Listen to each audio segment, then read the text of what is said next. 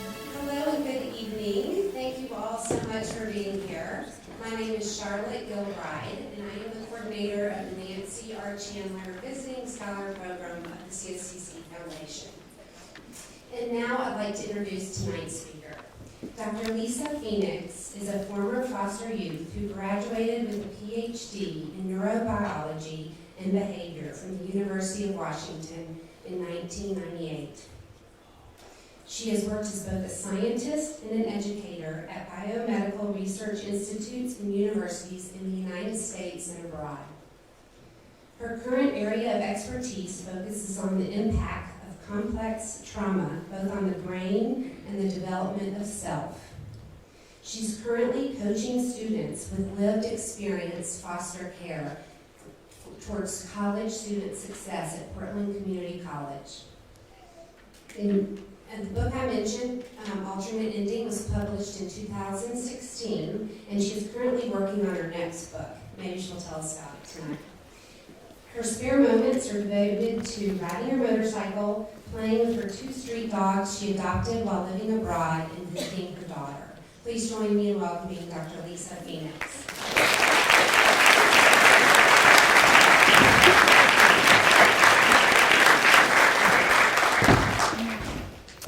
Good evening. I am so honored to be here and to have been selected as the Nancy R. Chandler Visiting Scholar. I cannot thank Charlotte enough. I also have to thank my dear friend Misty, who is here in the audience today, who works here at COCC, who I think sort of whispered my name around. So I appreciate that a lot. So I am here today to talk to you. It's a science talk, a little bit. It's a little bit nerdy, but it's mostly from a personal development perspective. And what do we want to do to develop personally, or how can we, if we don't have a shared story like this, what can we do to support other people to develop personally after adverse childhood experiences? Let's see how that went too. So all of us in this room, we have a story, right? I have a story, you have a story, and one thing that we have to understand is that, I have one experience. That doesn't mean that other people's experiences that might have been different, that they were less traumatic or more traumatic. Sometimes we get in I need to tell you my story, my sad story, and it becomes a competition. If you have trauma, that's what you own and that's what you feel. And it doesn't have to look like this. I just happen to have a particularly dramatic story about trauma. One thing, why I do this work is because I want everyone to recognize that we don't choose our beginnings. I didn't choose my parents, right? That was just the luck of the draw that I got that particular family. And so I was a little bit unlucky, I'll say that. I was a little unlucky there. But my present, what I do right now, right? How I choose to live with what happened to me. I have a choice about that. I have an absolute choice about what I do in the present right now. And in choosing the present and choosing what I do very carefully in the present, I impact my future, okay? So you're gonna see this evening as the story progresses, sort of how it changes and the feelings change and the colorings change. And that's because I've really been able to own a better life by making decisions in the present every day. One thing I need you guys to know, I am now 51 years old, and I've had many challenges that went well into adulthood. And sometimes I wake up and I have a challenge, and sometimes it's a little bit of stuff from the past I'm still having to sort out. My life didn't turn into unicorns and rainbows. So yes, I stand before you, I got a PhD, I have some accomplishments under my belt, but it wasn't like magically it got better, right? And so sometimes when we come to these talks, I think we're looking to be inspired to fix our lives immediately, to make it all better immediately. And it turns out that it's not like that. It's a process, it's a journey. And it's a cycle. I have my good days and I have my bad days. And I just keep trying to come back to what I need to do to make sure that my present is good, okay? So in your own personal growth process, recognize that it's a journey, right? Be nice to yourself. Don't expect it all to be just fixed tomorrow because you went to one really inspirational, right? Really inspirational talk. Okay, so let's get a little bit of the science stuff out of the way here. So, adverse childhood experiences. The funny thing when we talk about adverse childhood experiences is that term that sort of got coined, it actually was coined 20 years ago. The study that adverse childhood experiences came out of was a Kaiser CDC study, and it was published in 1998. And they basically went and they looked at patients, and they asked them a lot of questions, and then they correlated the questions that they asked with basically their physical health and their mental health outcomes. And what they found is that if people experience certain things, their likelihood of having some negative outcomes increased. So what were the things that they looked at? So it's kind of through factor analysis. I'm just going to take this off so I can kind of look up here too. So basically, after they asked all these questions, they could look at negative experiences from the standpoint of physical abuse, emotional abuse, sexual abuse. All of these were big on their scale of things that would potentially predict some negative health outcomes. Neglect also counted. Physical neglect, right? So physical neglect where your parents just basically don't put food on the table, don't know what you're doing, haven't gotten you ready for school, leave you alone. Emotional neglect, right? Again, children need things, right? They need emotional connection. They need to feel secure. Household dysfunction, which can include a lot of different things. So household dysfunction can include mental illness, having incarcerated parent or parents, your mother, and we have to recognize that sometimes males are in abusive domestic violence situations, but over 90% of domestic violence is actually perpetuated against women. So I feel safe. It's okay that they came up with mother treated violently here.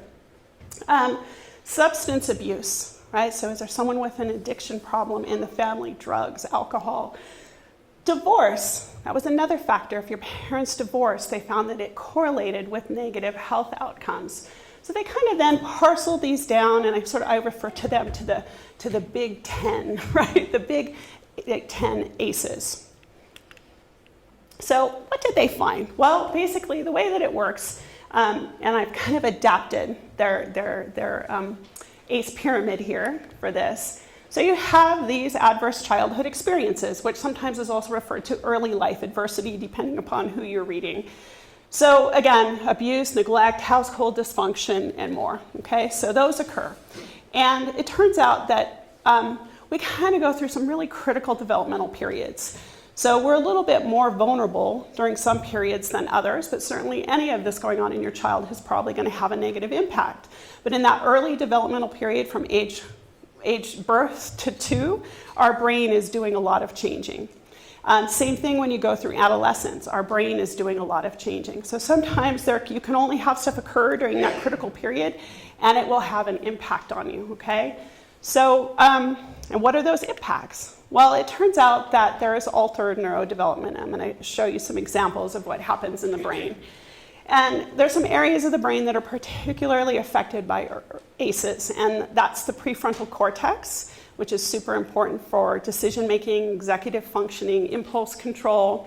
The amygdala, which is our fear center and aggression center of the brain, we need it. The truth is, if we think about situations we could get into, a bear outside right now, we need to be able to respond with fear or aggression in certain situations. But that becomes altered when you've had a lot of ACEs. The hippocampus, which is critical for memory. And so sometimes when we talk about specific types of cognitive challenges that can show up later, some of those are having to do with how we are able to formulate memories and the areas of the brain that are important for that. The thalamus, there's more, and as we get better and better at being able to image the brain in real time, we're able to see that there are many impacts in terms of neurodevelopment and how the brain is functioning. So now you have this, and I have a little bit of a cold, so I'm going to take a bit of my tea here. So this is kind of happening to you developmentally, and then you get a little bit older, and you are going to then struggle, right? So often young children who've had a lot of adverse childhood experiences, they can struggle socially. They have difficulty making friends. They have difficulty in the classroom. They have difficulty connecting to others. They may have difficulty with emotional regulation, right? They may have cognitive challenges. They're more likely to have learning disabilities and be, in some ways, challenged academically. Then you get a little bit older, right? And then you get to the point where you get to do some of this high-risk stuff, right? So you move into that space where, okay, I'm trying to cope with all the stuff that happened before, and the way I'm going to manage that is I'm going to engage in some high-risk behaviors. And that can be drinking and smoking. It can be unprotected sex. It can be driving super fast without your seatbelt. I mean, stuff in which you're likely to be harmed as a result of it. Then, get older, right? We start to hit our 30s, our 40s, our 50s, and the impact of all that stress, all those high-risk behaviors, it starts to take a toll on the body, and we start to see disease, right? We start to see disability, and social problems can show up, right? So if I have a problem controlling my emotions, controlling my fear and aggression centers in the brain, my amygdala, maybe I'm more likely to go out and get into bar fights. Maybe I'm more likely to harm someone else. I might end up in jail. Let's say one of my high-risk behaviors is drug abuse. Well, I'm probably maybe going to get arrested for that, or I'm going to get a DUI, okay? So we start to have problems. And then, oh, you ready? You ready for this? This is what people who have a high A score get to look forward to. Okay, I don't want you to be surprised. You know, it's a big deal. Early death, right? So that's, when I see the ACE pyramid, I get to look forward to early death. Wow, that's awesome. That's great, okay? But part of why I'm here today is that I don't believe that has to be the outcome, right? I do not believe it has to be the outcome. Yeah, we did a big study, we found some correlations, but it does not have to be the outcome. And except for my little cold today, I will tell you, I am really healthy, okay? I'm super healthy. Okay, so we had kind of talked about some of the brain areas involved. And again, because it's easy to forget brain areas, I'm gonna go over this a couple of times, right? So we have that prefrontal cortex, that executive functioning. And so I gave a training earlier today, and I talked about this, how it can impact us in an educational environment, right? So if I have problems with my working memory, I'm going to have difficulty remembering things like basic math, because I have to be able to manipulate those numbers in my head.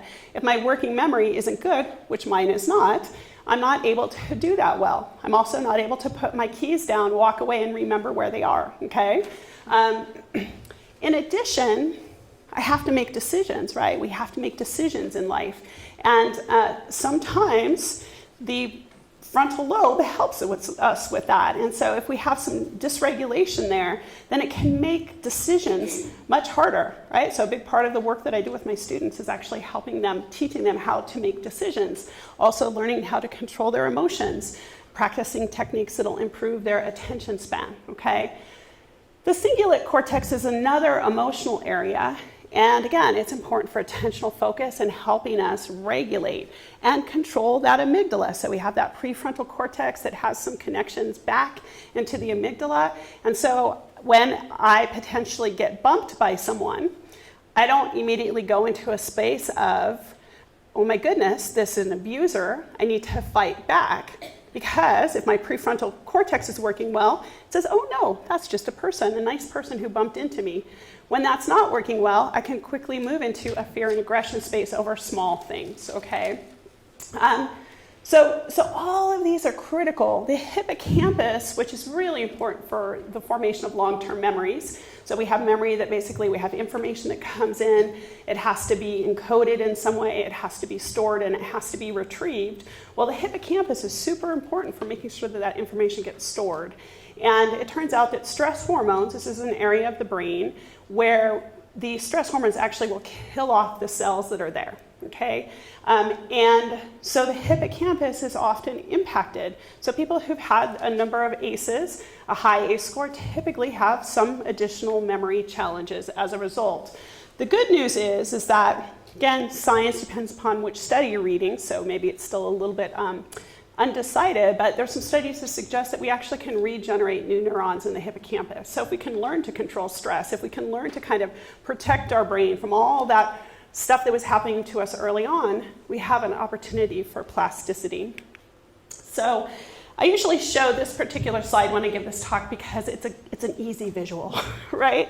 So basically what we're looking at here is we're looking at two panels. The top panel shows the location of the brain where they found alterations in white matter. And white matter is basically, we have cells in our brain that we call neurons, and they connect with each other and they talk to each other. And they talk to each other through these axons that form white matter, right? So you need both your axons and your cells to be working well. You need to have the right number of cells. You need to have them respond to neurotransmitters in the appropriate way and other types of neuroregulators. So those are some of the areas that we were just talking about in sort of more scientific, fancy terms. And down below, basically, they're looking at the changes in the white matter. So they examined adolescents who had been maltreated as children, and they measured them with this diffusion tensor imaging. It's a kind of MRI. And they were able to determine that in these regions of the brain, there were significant differences between the kids who were maltreated and the controls who had not been maltreated as children. So if you look across that bottom panel, you can see the control, basically the FA scores are higher in the controls and the maltreated adolescents are lower. In addition, when they measure these adolescents 5 years later, those with the highest abnormalities or the biggest changes in their FA scores, they had higher rates of depression, okay? So there is real factors, there's real consequences of children being exposed to adverse childhood experiences. So I am a person, because of those early experiences, I am primed in a way for survival. But most of my environment, I'm not living in the forest, right, alone, having to fend for myself against wild animals. I'm living in an environment that is, the majority of the time, especially as an educator in a college environment, most of the time I'm actually not in a situation which the way that I am primed for survival is actually benefiting me, okay? So I have had to learn all kinds of ways to manage that priming for survival. But I still remain someone who, compared to people who haven't had a lot of adverse childhood experiences, if something happens, say the lights went out or there was a loud sound, I am primed. My adrenal glands, which carry hormones like cortisol and epinephrine and norepinephrine that help us respond to stressful experiences, I'm actually primed. My body will start pumping those out so quickly, okay? And my level of reactivity will be higher. And so I have to be aware of that. And I have to work at managing my stuff because I was set up, because of everything that happened to me, I was set up to be primed for survival. Now, if we were out in the woods or we were in a dark neighborhood together and you need somebody to have your back, I am the best person, right? I am the person that is ready to fight or flee, sometimes freeze, depending upon what's going on, right? Depending upon what's going on. But I'm primed for that. But most of the time, it's maladaptive in my current environment, okay? So when you've had a lot of trauma, people may not know, and they expect you to operate and work like everybody else. And it turns out it's actually really challenging unless you have put in the work to recognize how you have been impacted by those experiences and what you need to do differently. So how many ACEs do you need to have in order to have these negative outcomes in terms of your health? And that can physical health, mental health. So my chances of getting cardiovascular disease or hypertension or suffering from depression or anxiety disorders. Well, it turns out if you take what is now kind of not what they originally did in the study, but it's kind of a streamlined version. You can find it online. You can test your ACE score. And it asks you these questions about have you encountered? What of these things have you encountered? And you can then calculate what your ACE score is. So 4, remember 4, increases your risk. So let me tell you a story, keeping that number in mind, okay?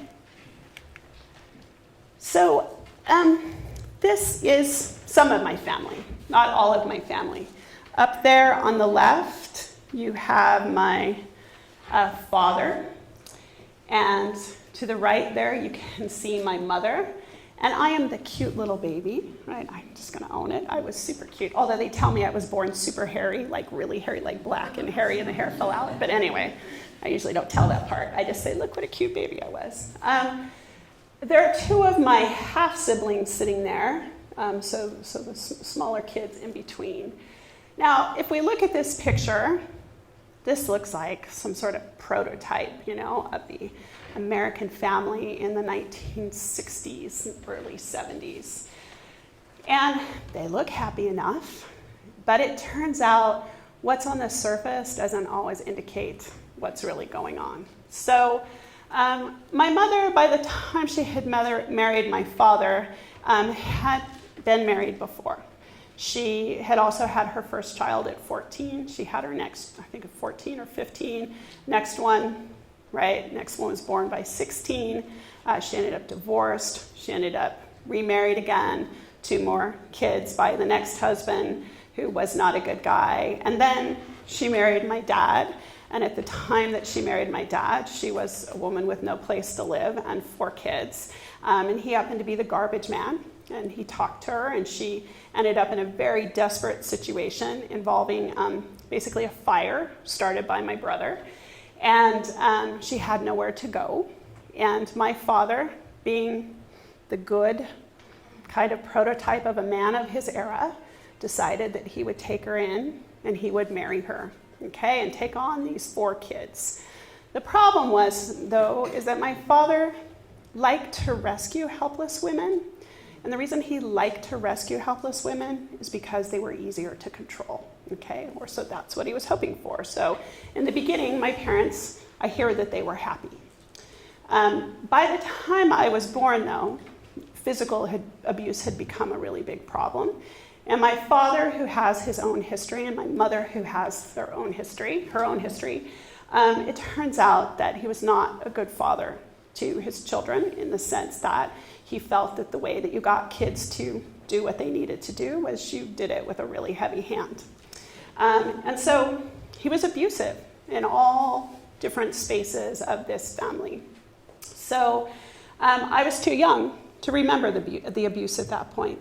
But there was a point at which I wasn't too young to remember it. And it fundamentally shaped who I became, definitely shaped who I was as an adult, but as a kid, it really impacted how I behaved in the world. These are my siblings, and so again, I'm the youngest one there. Since we were all half-siblings, and they had different fathers, we actually all have different stories. So my story is actually, I don't know if it's more tragic or less tragic, but because of my particular situation and who my dad was, what happened to me was a little bit different. My siblings were really horribly abused, right? Because I was the youngest and incredibly fearful and incredibly timid, I actually hid a lot. So I did avoid some of the abuse, right? Because I just felt I was so young that I was going to die if I got hit like that. I have some guilt about being the youngest. I have some guilt about the things that I couldn't protect my siblings from. And in one case, things that I caused for them. One time I got peanut butter on the bedspread, and my dad saw it, and he came and he asked who did it. And I was so scared. I pointed to my 2 siblings, and he threw my brother against the wall, knocked him unconscious, and threw my sister down a flight of stairs. So it was a very extreme household, right? It was a really extreme household when it comes to nurturing. So we kind of, the only people we had that were sort of loving and compassionate, sort of, right? Because there wasn't good modeling going on, were each other. But because of our different fathers, it meant that we couldn't stay together. And so we all ended up, as things really fell apart, we all ended up kind of having to go our separate ways. And that was just as damaging as being taken out of the home. And in my case, what happened, because my father disappeared when I was 5, and it really was, I'm not joking, it was a total cliche moment where he said he was going to get cigarettes and get gas, and he just never came back. He came back one time later when they were kind of dealing with the divorce. So he left, and when my father left, my mother, who was a woman who had all of these sort of economic challenges, personal challenges, she also had very severe mental health problems. And she came from a long history. I have a long line of very severe mental health problems in my family.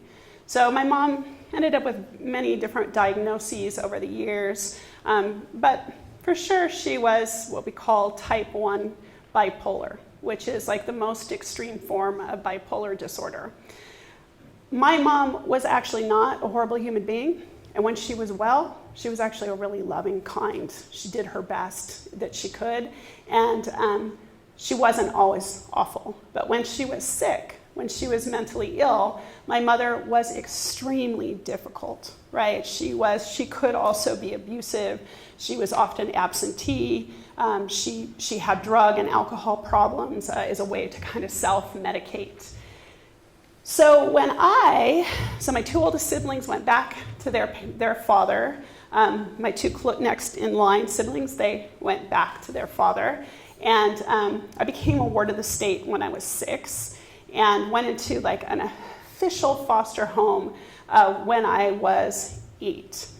And unlucky me, this is me at that age, this is right after I went into foster care, they weren't able to find a placement for me. And because they couldn't find a placement, they actually took me to juvie. And so at 8 years old, I had to go to juvenile hall, and some of you may have watched my TED Talk, and so you know this story. I go to juvie, and when you go to juvie, it doesn't matter why you got there, the reasons where you get treated like everybody else. So it was really traumatic, right? I had to basically strip and be just deloused and give up all of my jewelry. I couldn't wear my own clothes. It really traumatized me. So I was in a state, as you can imagine, of any kid that young. Look at that kid, right? I was not at that point a bad kid, right? There was no reason I should be there. And it was really traumatizing.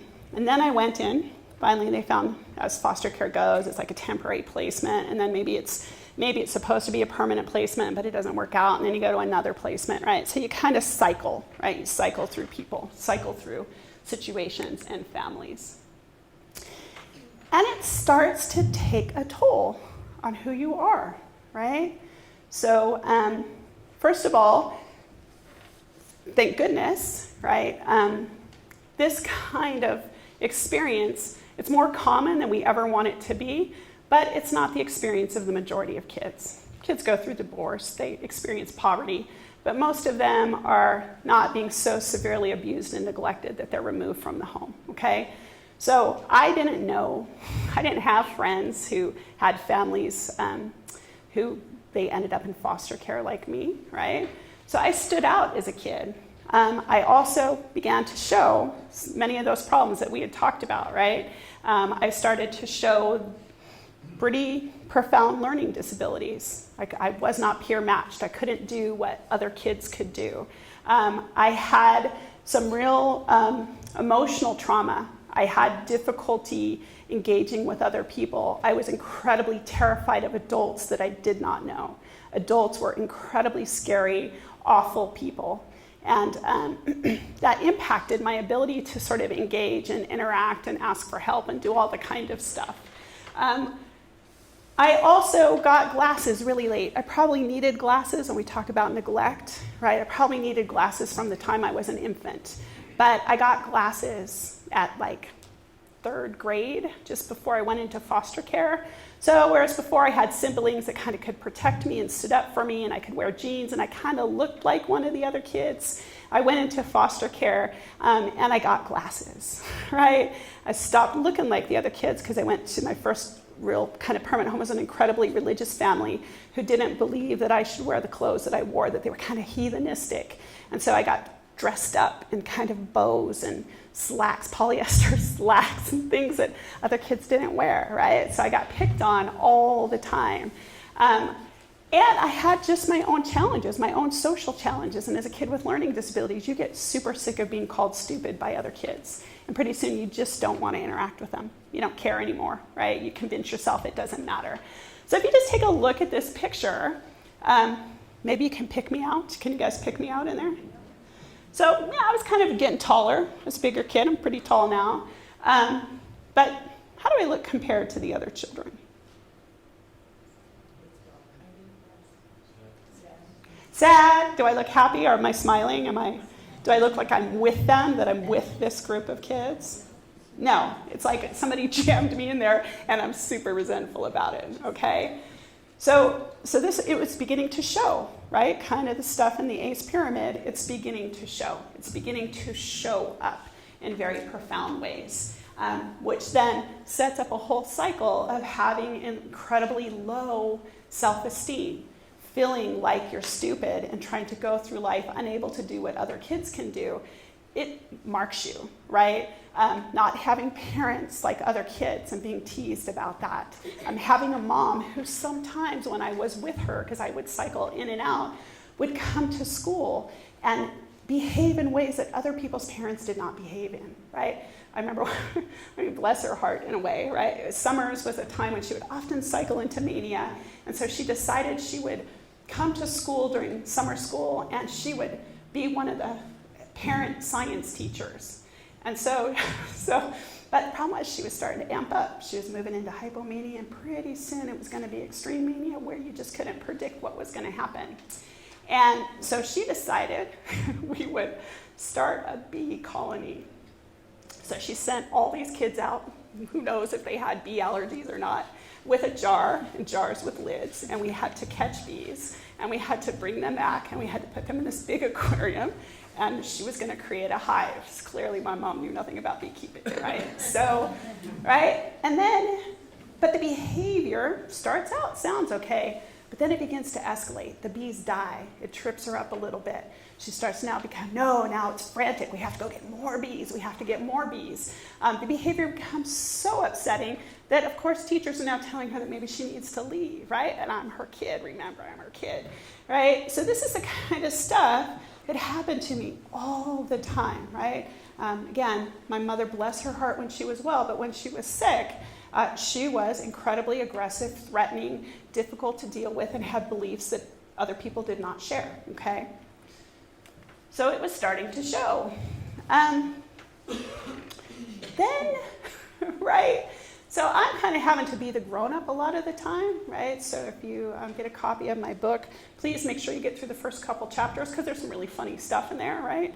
But in that space of having to be the parent, right, I'm having to learn how to take care of not only myself, I'm having to learn how to take care of somebody who can't take care of themselves, who sometimes is highly suicidal, who attempts suicide in front of me multiple times in my childhood. And then my dad shows up again, okay? So on my, I don't know, I kept asking my mom about my dad, and at some point she just told me my dad was dead. So, okay, my dad's dead. My dad's never coming back. So imagine one day you come home to your foster home and somebody says, hey, look who's here. And it's a person you haven't seen and spoken to going on 5 years. And you're kind of young enough, you're not even sure you recognize this person. And now everybody's asking you to embrace and feel this sense of happiness that your dad has returned, this guy who used to beat everybody in the house, right? Who we used to have to drive to jail on the weekends, right? So how do I look? So Lisa, go stand by your dad. Let's take a picture. How does that look to you? I was super uncomfortable. Because I knew who he was. I was just trying to who are you now? So it was super difficult to have this ever revolving door of different people, right? Strangers who came in and out. People I was asked to sort of, love and connect to. And at some point you just stop being able to connect, right? You just stop being able to do that. You're being asked too much. So I had enough, really some pretty abusive foster care experiences by the time I was 12. And so I had been multiple times returned to my mom and even did a stint with my father. And that, I can tell you, was not good. It was not a good stint with my dad. And so at age 12, because of some stuff that happened, it was better for me, but under really horrific circumstances, my father decided to disown me. And so that was probably better for me. That happened when I was 11, but it was still really traumatic. And so I had my mom, but my mom's mental health began to just progressively get worse and worse. And it was she couldn't seem to be medicated in a way that helped control her symptoms consistently. And finally, the courts, after bumping me in and out of the home for a number of years, basically said, I'm sorry, we're going to take you from your mom, and you're not going to have any opportunity to go back. So that was really a devastating blow, because I already knew that the places that I was going weren't necessarily much better, right? And so my life definitely, by age 12, was not anything like I had hoped it was going to be, right? It was not turning out the way I would have liked. It was pretty awful. And so when we start to talk about what's happening on the ACE pyramid, this was a period where by this age, I was already working on being a good teen alcoholic, right? I was starting to engage in all kinds of high-risk behaviors because, I actually didn't feel like I had a lot to live for. Okay? So let's take a look at my ACE score, okay? Physical abuse, absolutely, a whole bunch of it. We got that one. Emotional abuse, absolutely. And it wasn't just from my father. My mother also emotionally abused me when she was sick.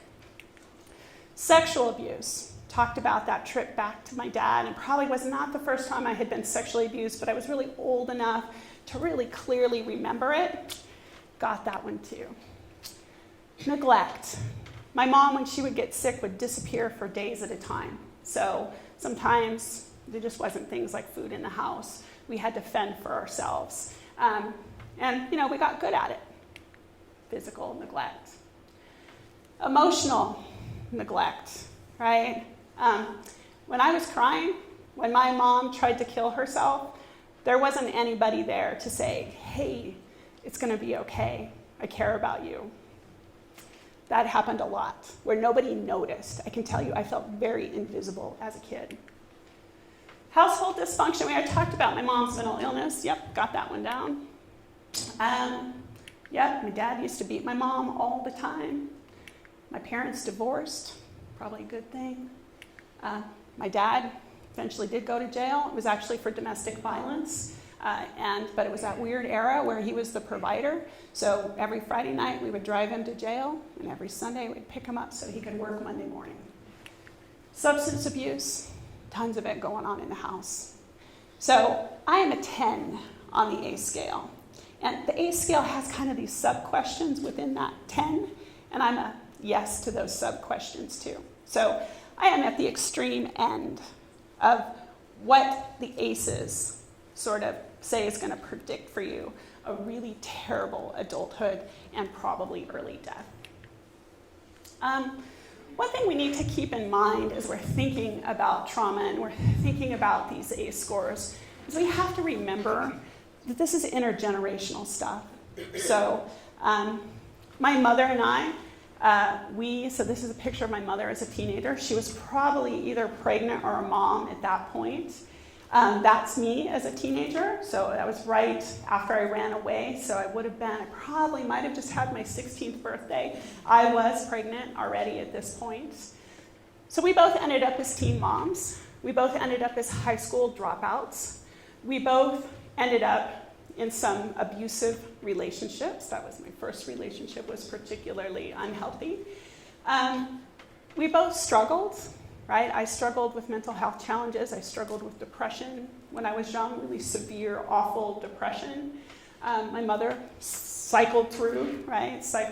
She had severe OCD and anxiety disorders. So I can't fault my mom.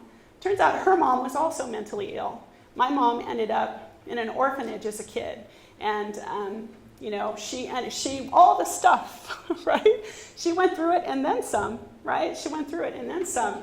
So in a weird way, at least I can credit my mom that my childhood was not as bad as hers. So let's take a look at my mom's ACE score, right? My mom was severely physically abused as a kid, severely emotionally abused. Her mom was eventually put into 28 years institutionalized in what later would become a institution for the criminally insane. That's how my mom got adopted, right? It was a rescinded adoption, so it was the impact it had on her was horrible. So lots of emotional abuse. Part of how my mom ended up in the orphanage is because she was being sexually abused at age 5, and that precipitated this situation. She was neglected, incredibly neglected. Part of why she worried that we had enough food in our fridge all the time was because she had gone really hungry as a kid. Emotional, no one was there for my mom, right? She suffered in a household with mental illness. She had a mother who treated her violently.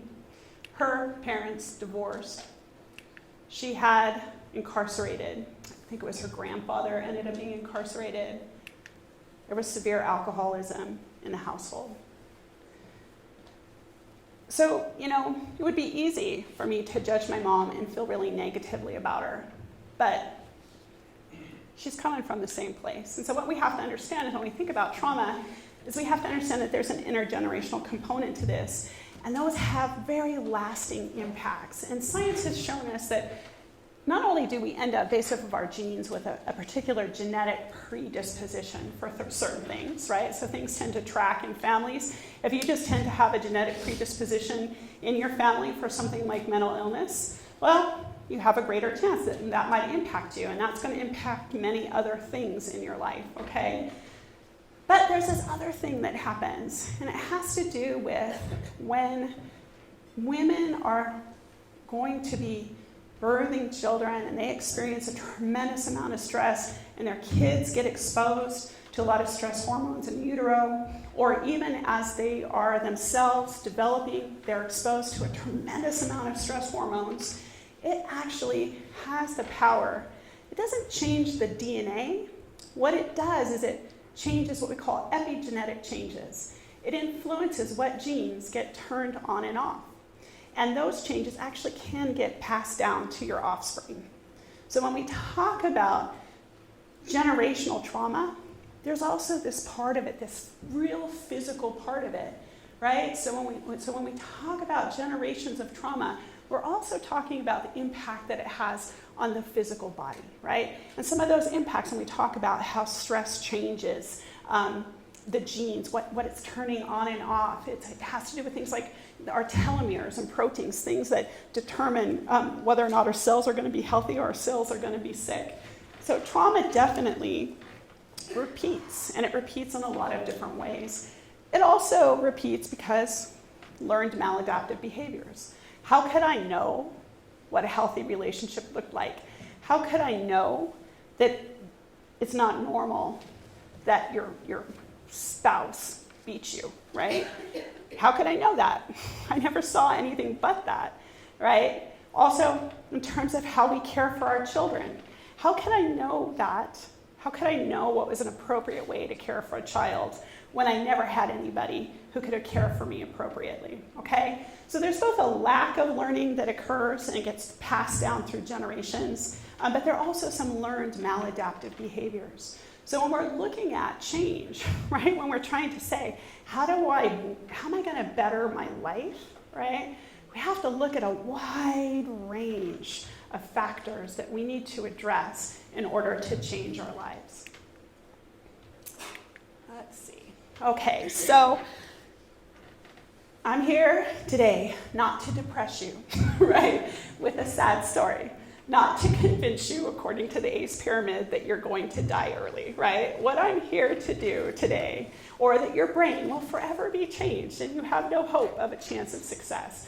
That is not why I'm here, because that's not true, right? We're basically here to think about how we can change our story.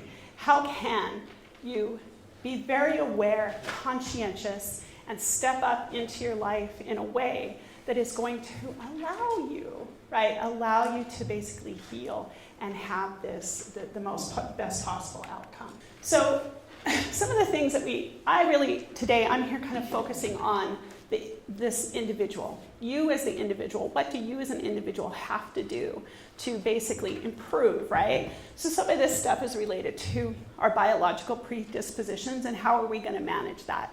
I have to manage it, just as my mother had to manage it. You know, I actually have to have a physician help me get through life, right? I take medication. I have to. And I take it because it's like having diabetes. If I had diabetes, I would take insulin.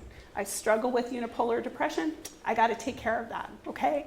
So I'm dealing with that. I also have to look at all the ways in which all those psychological factors, how I was impacted. Again, how does my cognition work? What do I need to do to change up my cognition, okay?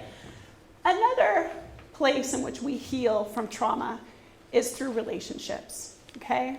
So when we talk about connection and we talk about attachment, if you are what they call attachment disordered, meaning you didn't have good primary experiences as a kid and you have difficulty connecting to other people, so you can be highly avoidant or you can be very anxious and clingy. These are some ways that attachment disorder shows up.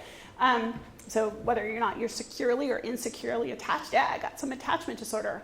It's very easy for me to stay insecurely attached. But you can transform that through just one really amazing, positive, healthy relationship, right? So it takes one incredibly consistent, supportive, loving relationship, and you can really overcome a lot of that in that space of developing trust. So again, I'm not really focusing on that here today.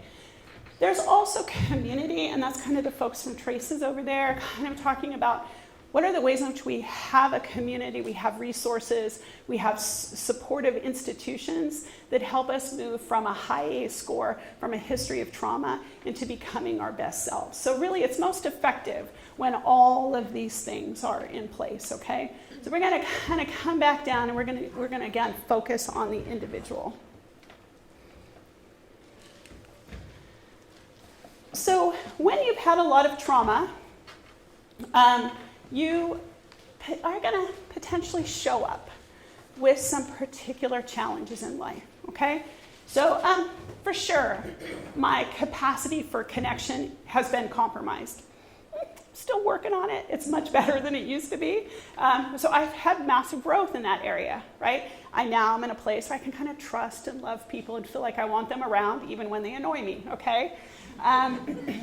So that's a place that I have to be aware of. In addition, I've had to work on the fact that because of my history and the fact that I was raised in a household where I never was allowed to show or express or know what my emotions were, I got bad at connecting with myself. I got bad because I never learned how, right, to know when I was sad or tired or hungry, or when I needed a hug, or when I needed to talk to somebody. I just had to process everything really deeply and internally. And for a lot of my life, I was just numb. I had two emotions, nothing or angry. Those were my two emotions, okay? So I really had to work on that, right? And I had to work on that.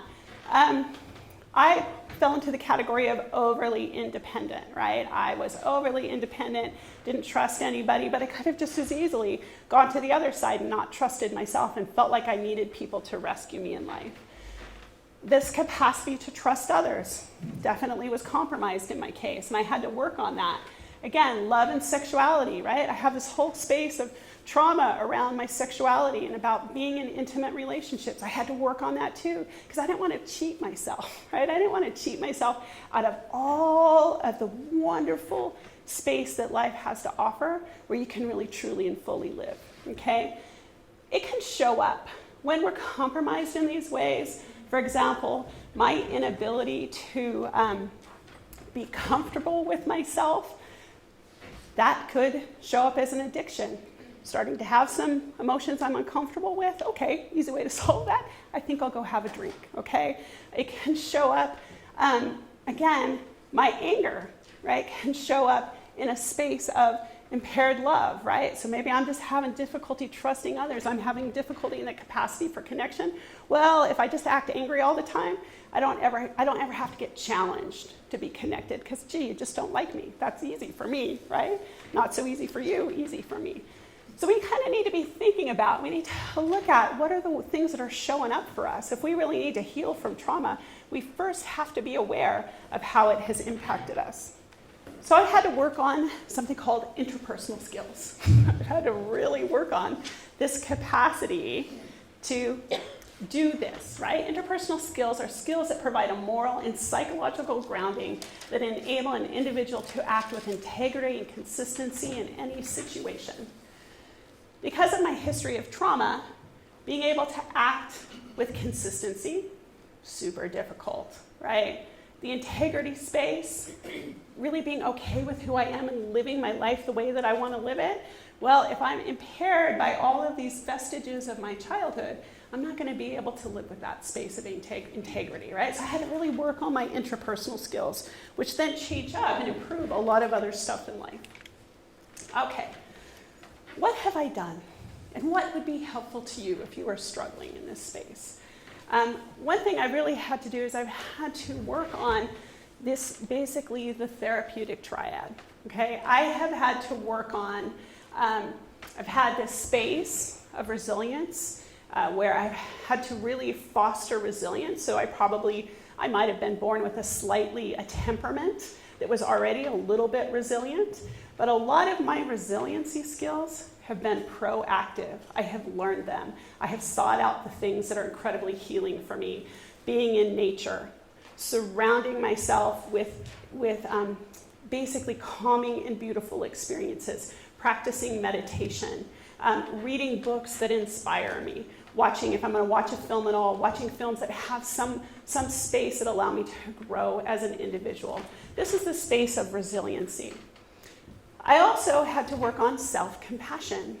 And it is hard to grow up and like yourself if you have a super high ACE score, right?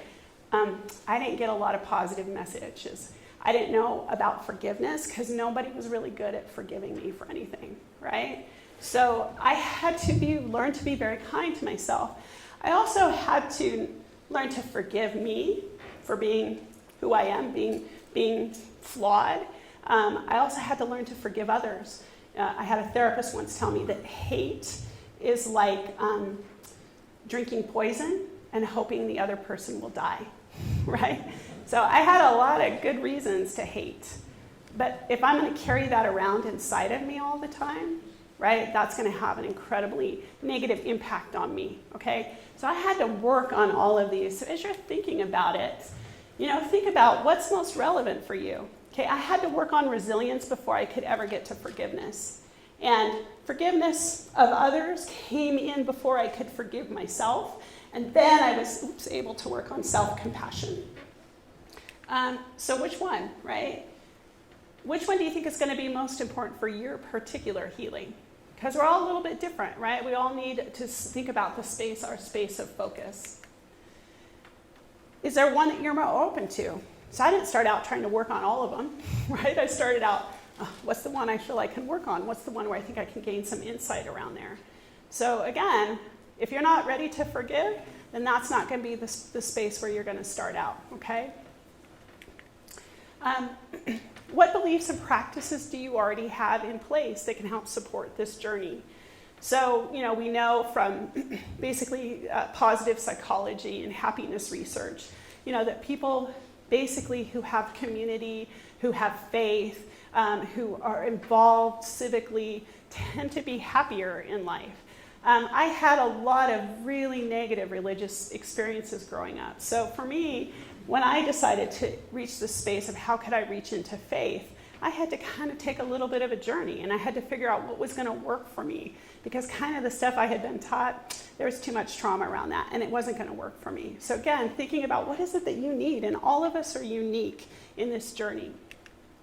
How can you access and work one of these to expand into the others? So I definitely found, again, like I just talked about, that when I worked on forgiveness, I could really move into the space of self-compassion.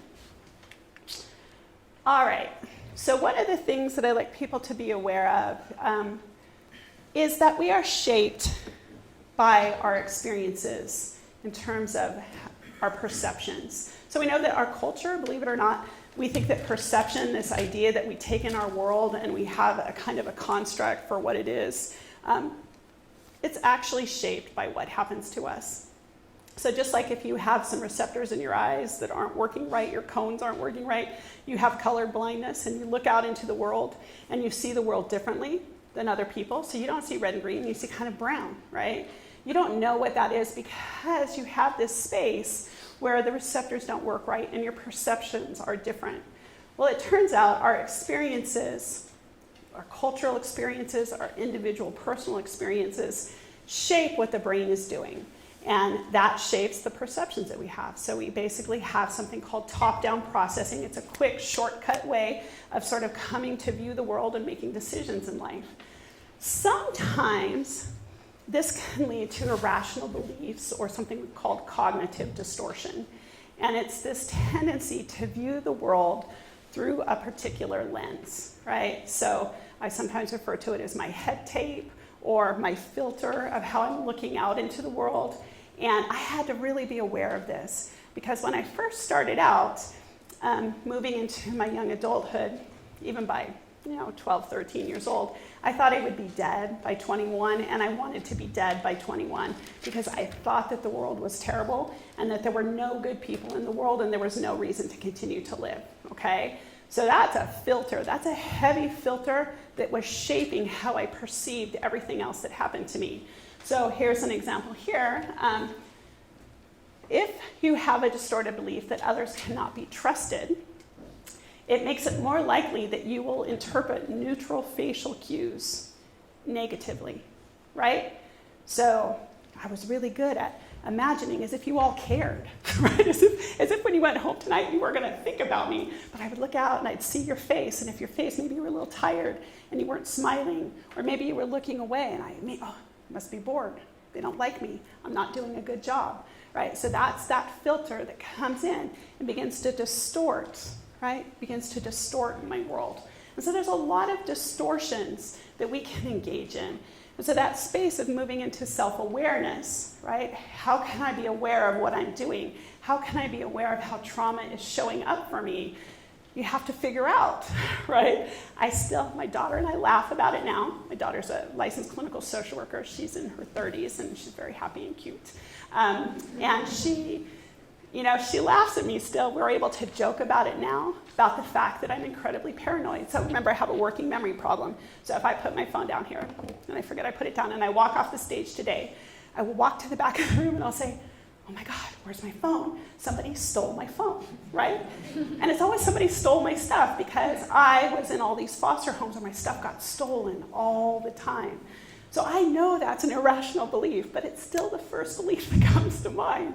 So I have to be very aware and cognitively trying to shift how I think about that. Oh, Lisa, no, it turns out, no, nobody stole your stuff. They don't care. There are a bunch of people with money. They all have their own phones. Why would they need your phone, right? So I have to shift that, right? I have to shift that up. And so we want to be aware sometimes of the kind of distortions that we have.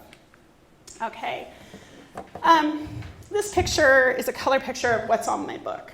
And I think, the reason I chose this picture, this is actually me as a kid, and it's a double exposure. So for those of you who remember film cameras, you know what that is. Digital cameras don't have this problem, but film cameras, the aperture would open, take the picture, and then the film is supposed to advance, and then the next picture you take will be in the next frame. Sometimes the mechanical stuff didn't work right, and the film wouldn't advance all the way, and you would end up with two images in the same frame. And I chose this particular image from my childhood for my book because I feel like it represents what each of us has inside, okay? I had terrible posture as a kid, so that was probably how I spent a lot of my childhood, shoulders slumped, kind of just trying to hide inside myself. And I definitely felt like the world had victimized me, right? I felt awful. But in that next shot, I don't know what happened. I happened to put my hands on my hips. And that's the person right now you have before you, right?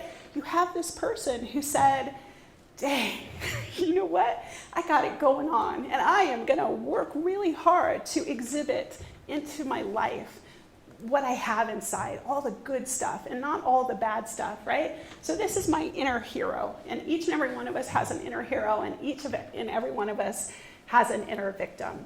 And we choose through a lot of the activities that we engage in which ones we're gonna nurture.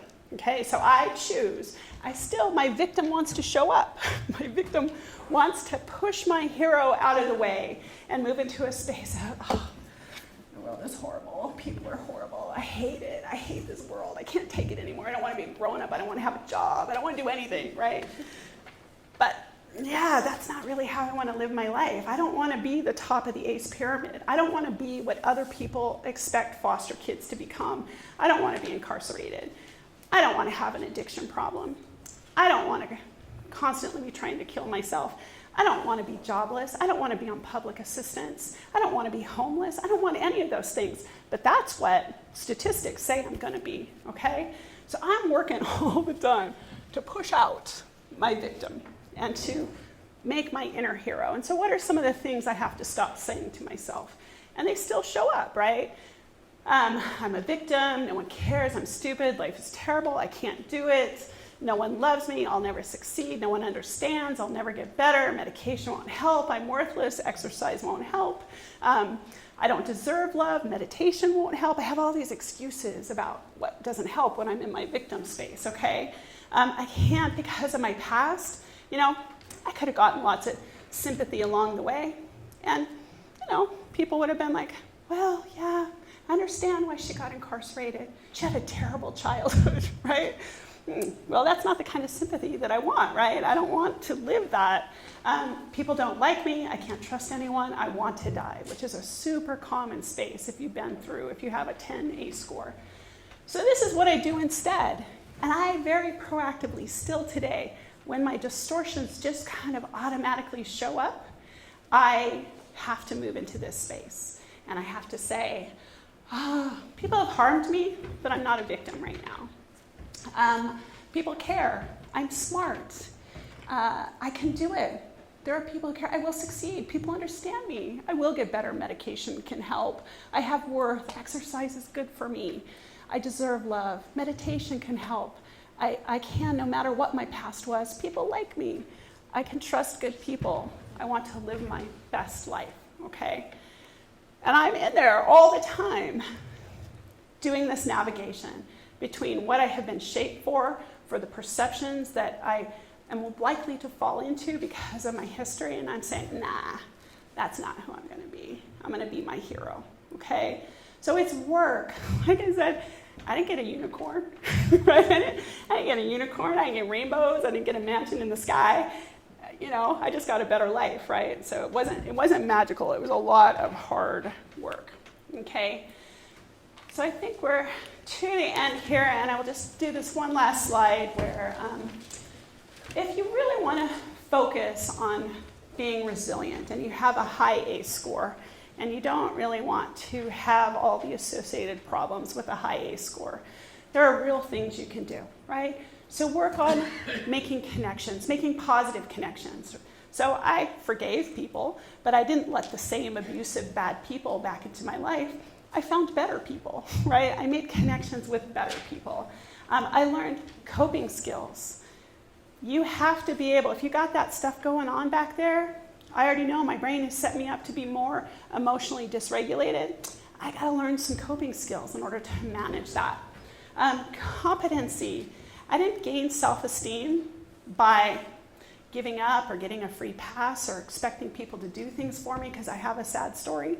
I got self-esteem because I faced challenges, started out with small challenges, worked up until I could face some really big ones. A kid with severe learning disabilities who went on and got a PhD, but yet I still don't know my times tables.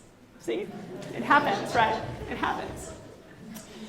Control, again, being in that space, recognizing what you have control over and what you don't. I could not save my mom. I could not. I tried so hard. I didn't have control over her. I didn't have control over her world. I couldn't save my siblings. The outcomes for them were particularly bad. I couldn't do that. I had to own what I could control and let go of what I could not. Compassion. This is the final piece for me. I did not. Because it's not just about getting a PhD. It's not about succeeding in life. It's not about, I didn't end up incarcerated.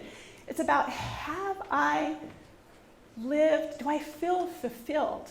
Am I within myself the best possible person I can be, right? And that took me being incredibly compassionate. Could I let go of perfectionism? Could I sort of say, yeah, I can really feel, and I don't have to hide from everything. And I'm gonna own the fact that I make mistakes, and I'm gonna be loving to myself in spite of it. I'm gonna own the fact that I'm not perfect. I'm gonna own the fact that I'm not the best at.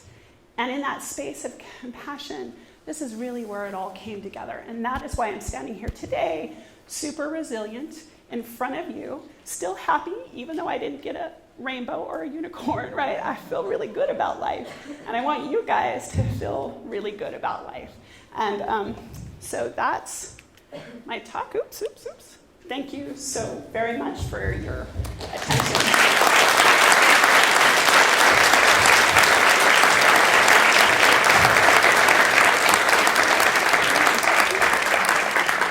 Thank you, Lisa. That's amazing. You're an inspiration. Before we open up the audience for a quick Q&A with Lisa, I would like to introduce Katie McClure.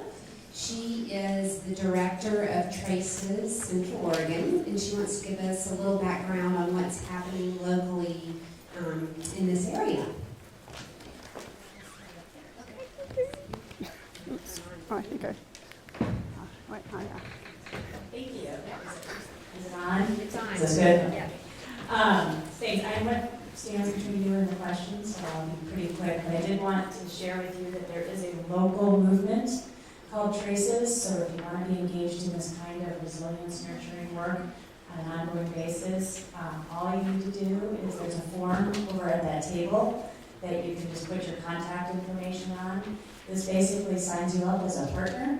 It says you understand and care about the issue, you want to do something about it, and you want to learn together with our community.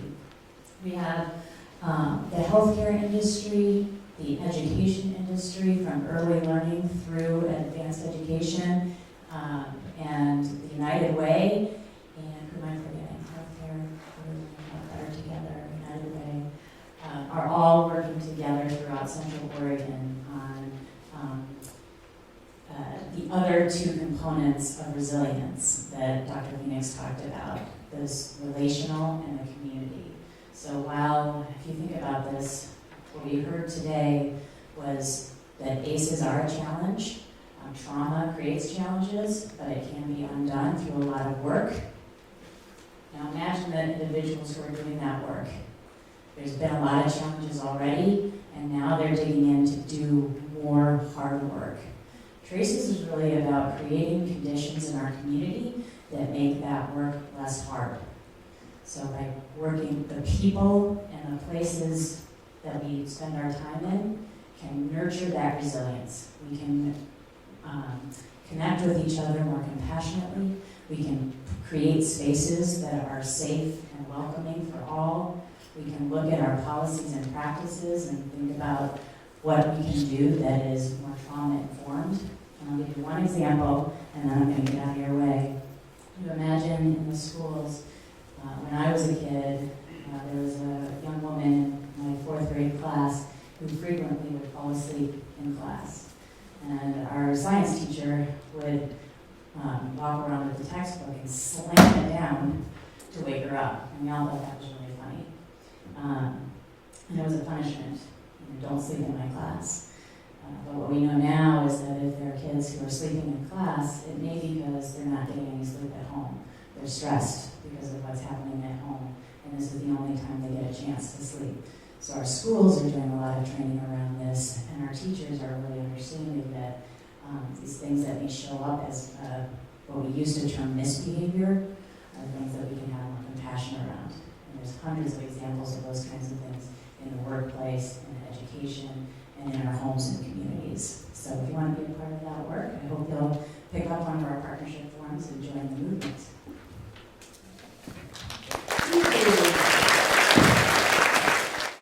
Can you point to the turning point in your life where you stopped being the victim and started being the hero?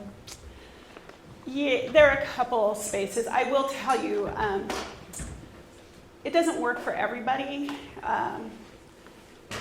but the birth of my daughter was for me. So, it's very easy for us to judge teen parents. I truly believe in my heart that I would not be alive today if it had not been for my daughter, right?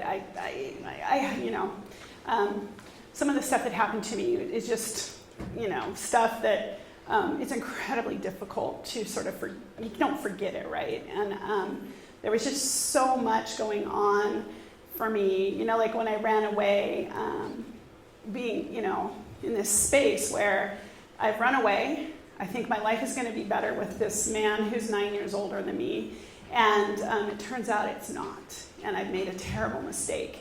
And the only thing I could think about, the only option I felt like I had at that point was like, okay, well, I'll do what everybody else does. I'll just, I'll leave this and I'll run away again to the streets of LA and I'll do whatever I need to do to make it on the streets of LA, right? So this is not a wonderful life dream. But then it turns out, by the way, guys, okay, just so you know, it does just take one time. It was one time. And I ended up pregnant. And, I really struggled with what to do with that and that I wasn't prepared. But I needed something to live for. And my daughter gave me something to live for. And I decided to take it a step further. I didn't want it just to be that I lived for my daughter, but that I made my daughter's life better than my life had been. And so that was the starting point. That was really which pushed me towards, even though I had been a high school dropout, I got my GED, and I went and applied at college. And that college, when we talk about that community space, this was a world I had no clue. I mean, there were so many nice people, right? The buildings were nice. There wasn't garbage everywhere. I suddenly had a way to use my mind that, wow, slowly I began to figure out I wasn't dumb. And so that all began to coalesce. So that was kind of the first transition, but I still had a whole bunch of issues, right?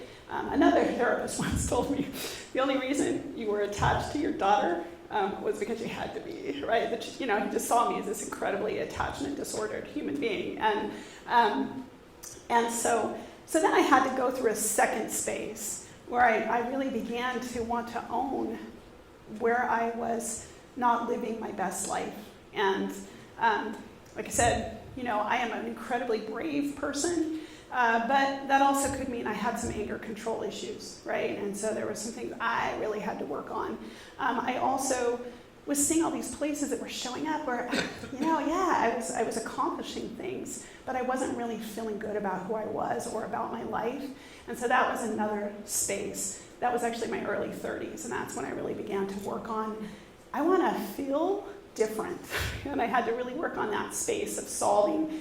I'm numb all the time. How do I get rid of being angry, and how do I feel more emotions than just numb? Because that was hard. It was hard. I love my daughter to death, and she's forgiven me. But it was hard to be raised by a mom who, wasn't my childhood. But it also wasn't a super warm and loving, cuddly, and nurturing space either. So what's the best piece of advice you can give about forgiving somebody that did that to you? Wow. Okay. Well, first, forgive yourself that it's going to be a whole crazy cycle, and that you're gonna sometimes go in and out of it, right? And the best advice I guess I had, and again, you still keep your boundaries, right? I don't have anybody in my life who did great harm to me, but what I did do is I tried to work really hard to understand how they became the people that they are, right? So, I really still have some challenges around my dad, but I also, my dad was raised in an abusive household. he was 11 years old when he was out on his own, learning to take care of himself and working, right? So, he was basically a homeless kid from the time he was 11. He was in a world of hypermasculinity, right? My dad had his own very fundamental issues about being unlovable. I think my dad truly felt unlovable, and he was so frightened of being incapable. And the only way he knew how to keep love around him was to try and force it through control. He didn't know how to be vulnerable. He used to beat my brothers when my brothers got in a fight with another boy. My father, if they lost, would make them go back and fight the boy over and over and over again until they won. Because for my dad, the only shred of self that he had was what it meant to be a man. So, and I don't know what happened to him around his sexuality and boundaries and all that kind of stuff, but I can't imagine it was good, right? So what I've tried to do in that space is to, he's passed away now, but as far as I know, like I said, he disowned me, but in that space is to recognize, somewhere in there, he too was a frightened little kid. Somewhere in there, he had this history, and if I can just find that part of him, then maybe I can forgive the adult that he became. And with my mom, it was a lot easier because she was mentally ill. And I could really own for her that it wasn't intentional, right? It was horrible, but it wasn't intentional. So trying to see that, to see the shred of the humanity in that other person who harmed you. And also, as you give more self-compassion, as you learn compassion for yourself, it translates into compassion for others. And in that space of compassion, we can often find forgiveness.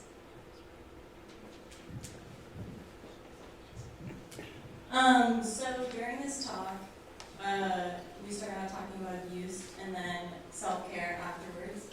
And I'm just curious, at what time in your life have you felt love and what you would define that as? Whew, boy, what is love? Man, that's like a deep metaphysical question there. Okay, this is going to sound weird. Probably the first place I ever felt love was from my dog, right? So I have always been a pet owner as an adult, and as a kid, lots of animals, came into my life and sadly, went out of my life. But probably the first place where I really knew and knew what it meant to have this intense connection that was uncomplicated by anything else was through animals. So I carried that with me, and I still, to this day, I own animals, and they are a big part of my mental health. I did feel, and this is not true of all foster kids, I did feel loved by my mom. It was a distorted, wacky, super unhealthy kind of love, but I can't say that my mom didn't love me. My mom loved me, and that probably helped bolster some resilience that I have. But it was a kind of difficult love. The love I have with my daughter was probably the first time I knew what it was to really feel love, because it's a mutual thing. It's not just what people give to us, but what are we able to give out? And for a lot of my adult life, right, I'm still working on this successful relationship, because it's hard for me, right? It's hard for me to be able to really feel and express that love and connection to other people. But I have had it, right? I have had it, and I know what it means to be in an intimate partner relationship where I feel love. So I would say it was a series of spaces that I was able to recognize, that's what love feels like. That's what it feels like. Okay, maybe one more. Anybody? How have you learned to manage hypervigilance, or fear?